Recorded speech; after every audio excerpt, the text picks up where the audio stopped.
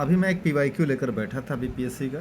इसमें एक क्वेश्चन है, मैंने देखा है कि इस टॉपिक से ज़्यादा क्वेश्चन पूछ रहे हैं। रॉलेट एक्ट भारत में लागू किया गया था, कब लागू किया गया था?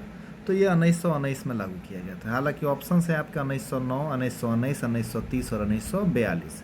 तो हम सभी आदमी जानते हैं कि 1909 में मॉर्ले मिंटो सुधार आया था, 1919 में रॉलेट एक्ट आया था, 1930 में सविनय अवज्ञा आंदोलन हुआ था और 1942 में आपका क्रिप्स मिशन आया था। ये क्वेश्चन आपका 48वीं से 52वीं बीपीएससी 2008 में पूछा गया था।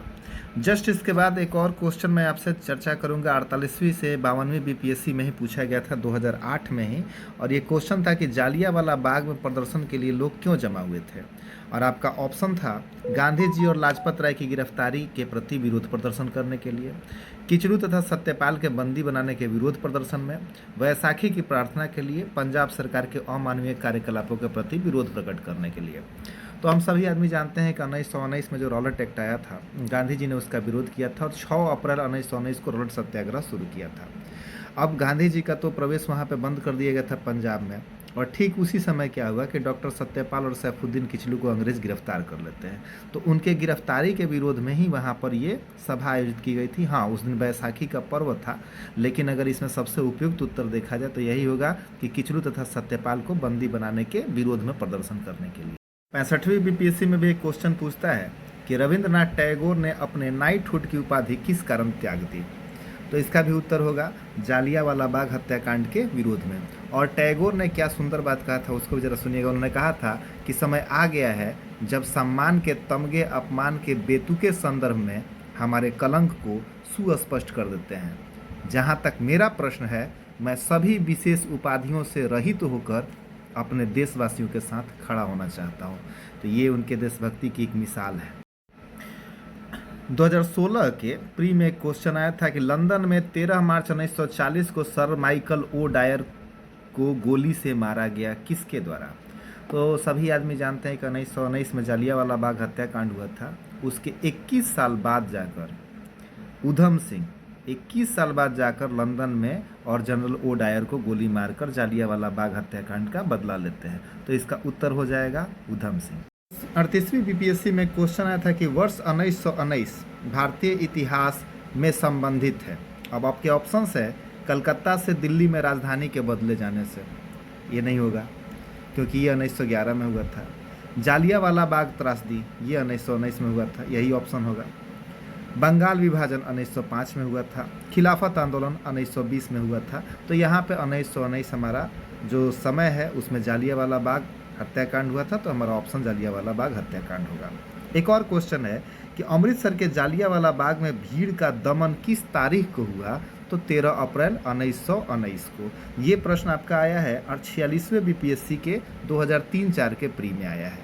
एक और प्रश्न है जालियांवाला बाग हत्याकांड के लिए जिम्मेदार जनरल डायर को निम्न में किसने मार डाला? तो आपके ऑप्शंस में दिए हुए पृथ्वी सिंह आज़ाद, सरदार किशन सिंह, उधम सिंह, सोहन सिंह जोश। तो इस प्रश्न को मैंने पहले ही बता दिया है, इसका उत्तर होगा उधम सिंह।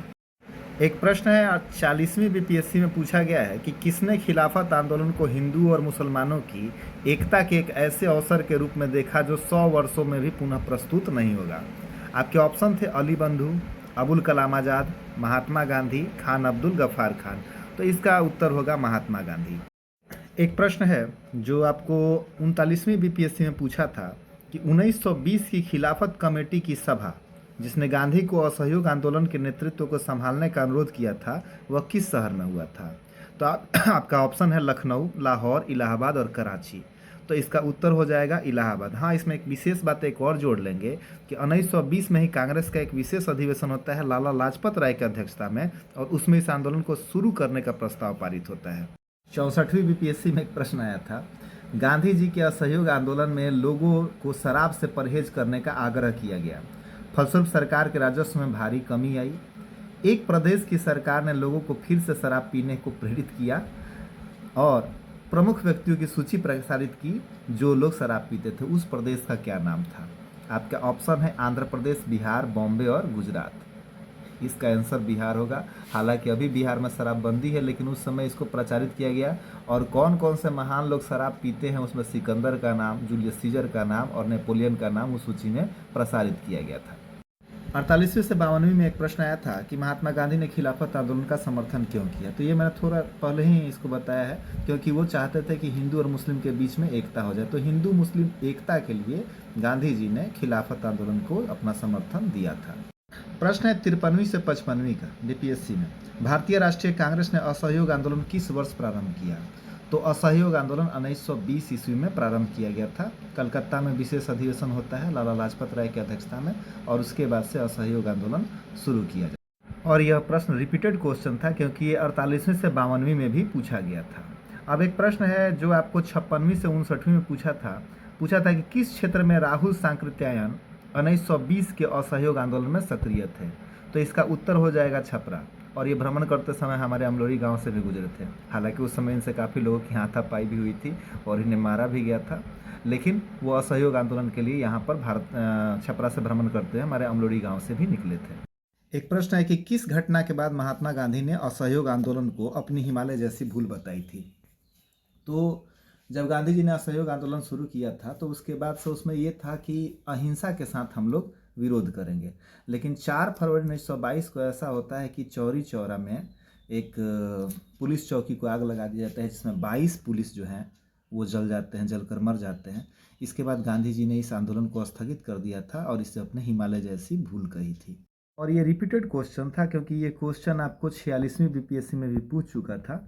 किस घटना के कारण गांधी जी ने असहयोग आंदोलन वापस लिया। तो आप सीधा सा उसका आंसर बता सकते हैं कि चौरी चौरा हत्याकांड के कारण।